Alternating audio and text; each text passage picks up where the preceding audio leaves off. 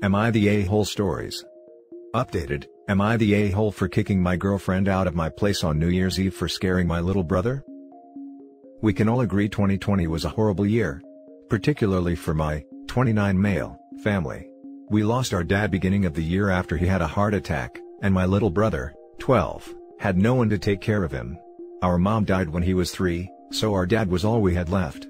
I fought for custody and was appointed his legal guardian. Honestly, it hasn't been easy.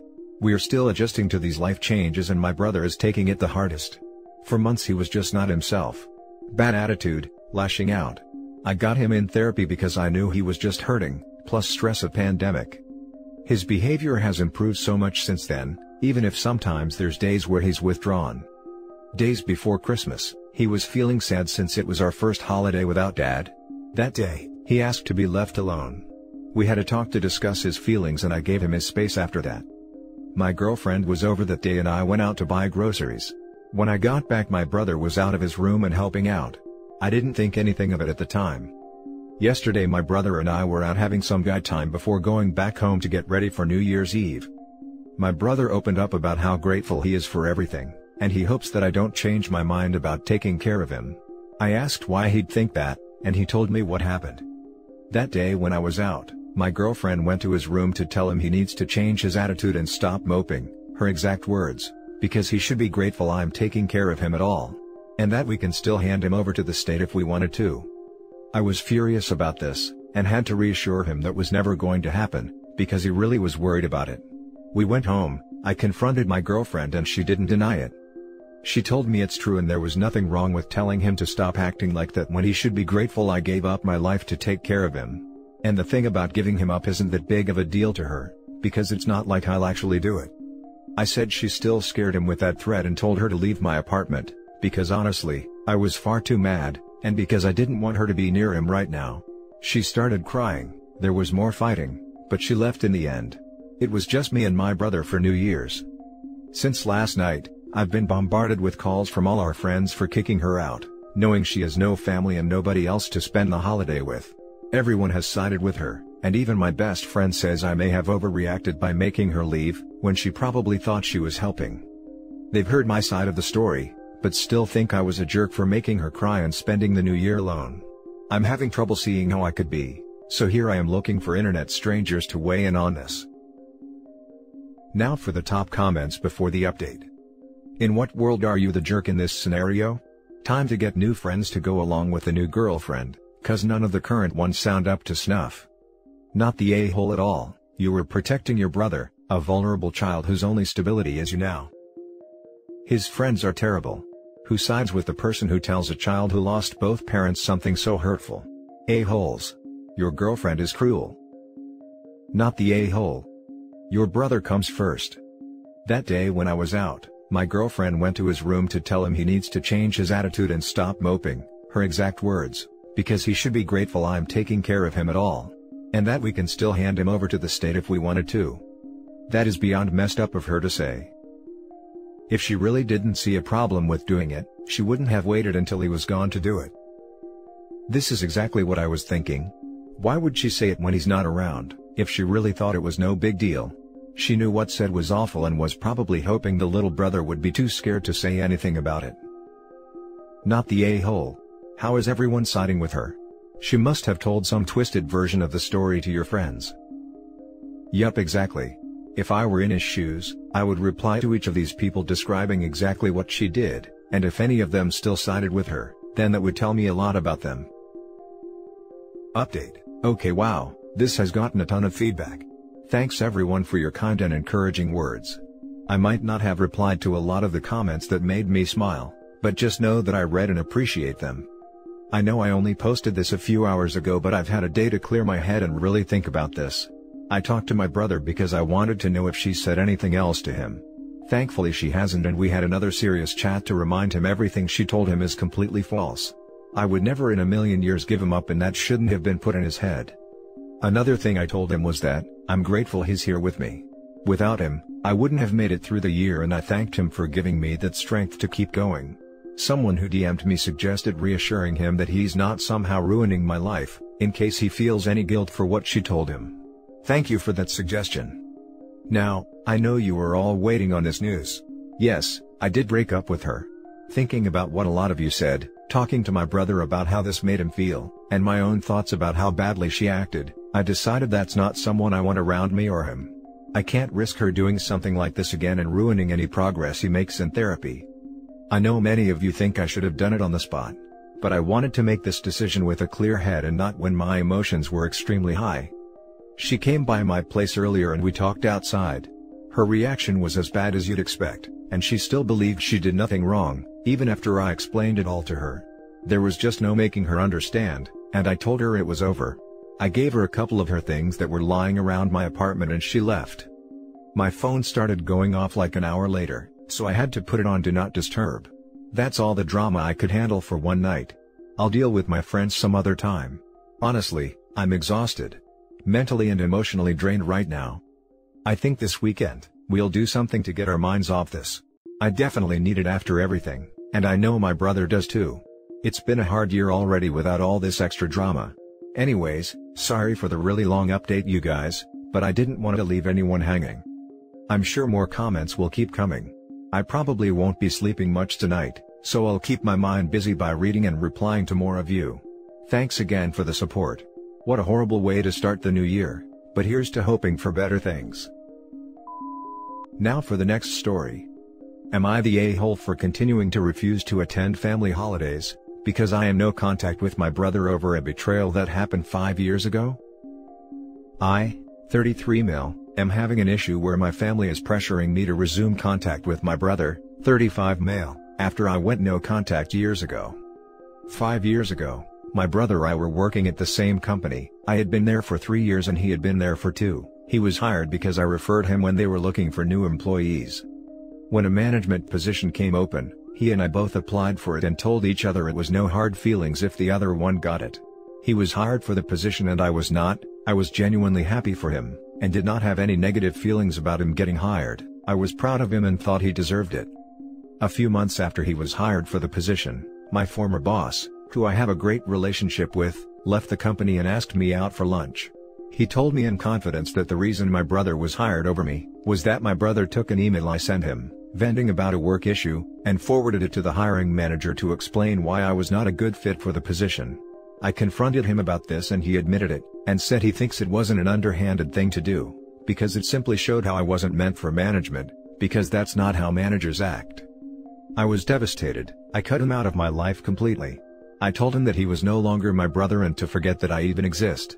He tried to justify his betrayal and told me that it wasn't as serious as I was making it out to be, but I refused to be swayed, despite massive pressure from my family to make peace with him. I found another job and I seldom interact with my family, due to how I feel I was shown very little sympathy for what he did to me. The attitude I got from my family was essentially that it wasn't a nice thing to do, but he has children to take care of, so it's understandable that he'd do anything to make more money to provide a better life with him. My mother said this to me almost verbatim. He has attempted to contact me several times over the years, and we once ran into each other at a store, but I ignored him and kept walking. He was not invited to my wedding, and he and his wife have not met my wife nor my firstborn, 10 months. My parents have been allowed to come and visit, but my mother told me that the holidays aren't right without my family there, and they have begged me to put the past behind us, and let this go so we can be a family again. My wife sides with me and thinks that my brother is an a-hole. We spend Christmas with her family instead of visiting mine. Am I the a-hole for continuing to hold this grudge? Now for the top comments. Not the a-hole, you forgive him when you are ready. And if he really needed the money for his family, why not just say, hey brother, I know we are both gunning for this promotion, but I need this for my kids. Would you mind pulling out of the running? Him sandbagging you like that, not only screwed you out of that job, but any other potential openings that would have happened while you were there, you know? You forgive him when you are ready. Forgiveness is generally reserved for those who ask for it. OP's brother maintains that he did nothing wrong and has never apologized. The brother is untrustworthy and unrepentant. The parents are toxic for siding with him. Not the a-hole. Not the a-hole. Your brother is the worst. And frankly, I'm shocked they would offer him a management position after he did what he did. I would never want someone that backstabby working for me or managing a team. That being said, if you did want to move past this, it's not unreasonable. I'd never trust him with any information again. But being civil and distant is possible. Seriously, why on earth would you want someone so two-faced and cutthroat to have a position of power over others? Not the a-hole. There were plenty of other options for your brother to take. And to undermine your chances was BS. He could have said to you he needed more money for the family or anything really. Asking you to step aside so he can get it. I don't know, man, I wouldn't forgive him either. The family pressure needs to stop. Set up boundaries and consequences. If your mother or anyone pressures and boundary stomps, then there's consequences. The pressure coming from my parents really started to ramp up once I got married and had a kid. I guess now that I've got my own family, my parents feel like they're also missing out instead of just me. Now for the last story. Am I the a-hole for refusing to allow the hospital to discharge my wife to me? My wife now has stage 4 colon cancer. For the past year and a half, I have had to work and then come home and do the majority of the household chores, and I was also treated as the nurse. We have 2 sons, 18 and 16 male, and a daughter, 15 female, that help out, but it became expected of me to be their go-to parent on everything. A year ago, my wife pretty much stopped being able to do anything for herself. She's exceptionally rude to me, and pretty much screams and cries hysterically all the time, and sometimes mutters on about people who haven't been in our lives for some time. She also blames me for not being kind to her, when I am putting my entire life on hold when I'm at home, and I felt like I didn't even have an identity anymore. Over the summer, I have talked to doctors and they told me there was a lot of red tape regarding getting my wife into a nursing home. I talked with my dad, 74 male, and he told me that from his understanding hospitals, if you didn't pick up a patient after discharge 3 days later, the hospital social worker would have to place them into a specialized nursing facility. Last week, my wife had to be rushed to the emergency room. For the week, I didn't have to be her nurse. I realized how much of a strain taking care of a barely lucid, and angry when she was lucid woman had become to me. I realized that I was basically being mom and dad around the house, and I was so tired of doing this every single day, and then waking up at 6 to go to work. When I found out my wife was set to be discharged, I ended up making up my mind. When the hospital called to say that they were going to discharge my wife and I needed to be there to receive her, I told them that I did not want to take care of her anymore. The hospital continuously called me back, and the person on the other line would beseech me to bring my wife home. However, I stood my ground and said that my wife needed to go to a professional nursing facility, and said that the hospital's social workers needed to figure that out. Am I the a-hole for finally realizing I had reached my limits? My daughter in particular is very upset that her mom is not coming home. My sons screamed at me that they would take care of their mother 24/7 if they had to. However, I knew that the hospital social worker would do his/her job competently and help my wife into a facility. Now for the top judgment. You're the a-hole. OP, I feel for you. Taking care of someone who is very sick as well as 3 kids and a full-time job. I can sympathize that this is very draining and difficult. However, the way you are going about this is not right and not fair to your wife, or your kids. First off, you need to admit that you need help and ask for it. This just seems like you spent the last year taking on more and more until you burned yourself out. Caregivers burnout is a real thing. And as you've experienced, can hit hard. How about asking one of your parents to come help? A sibling? Or perhaps hire a nurse to come and help you out during the day? Find some way to allow yourself to relax. Making a decision to force your wife into a nursing home isn't fair to her, and it isn't fair to your kids. This needed to be a conversation that you had with your wife and your kids. Not something that you all of a sudden decided to force happen. I understand you are burned out, but throwing your hands up and giving up isn't the right call here. Even if you agree on finding a nursing home, perhaps choose one with your wife instead of forcing her into whatever the system will provide. Spoiler alert, it's probably not going to be very good. Your kids are probably going to hate you for this, so if you are okay with your entire immediate family being very upset with you for a long time, well, kudos I guess. My heart breaks for his wife. Dying, unable to care for herself, torn away from her children. Abandoned by the one person who swore to be there. Guess he didn't actually read in sickness and in health. Caregiver burnout is real. I understand it logically. But emotionally imagining being her. Laying there, knowing your husband is refusing to get you. I'm literally crying here. I'm going to cling to my husband and hope to God he never turns into that. I read the statistics once about people who leave their partners when they are severely ill or dying. They are staggeringly high for men. But women, almost non-existent. You are the epitome of selfish. You have put your own happiness above that of your dying wife and your 3 children. This is the time for a little self-sacrifice. Sure, you're not legally required, and sure, I know it's tough. But yeah. You're the a-hole. Your wife will suffer for the last few months of her life because of you. Your children will likely never forgive you. If I was your eldest son, I'd be driving to the hospital, legally collecting my mother into my care and returning her to her legal home. I hope he does. I hope he realizes he can.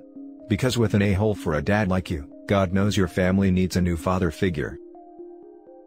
And that's it for this video, guys. If you have thoughts to share, leave a comment below. Don't forget to hit like and subscribe if you like this content. I'll catch you in the next one. Good day, everyone.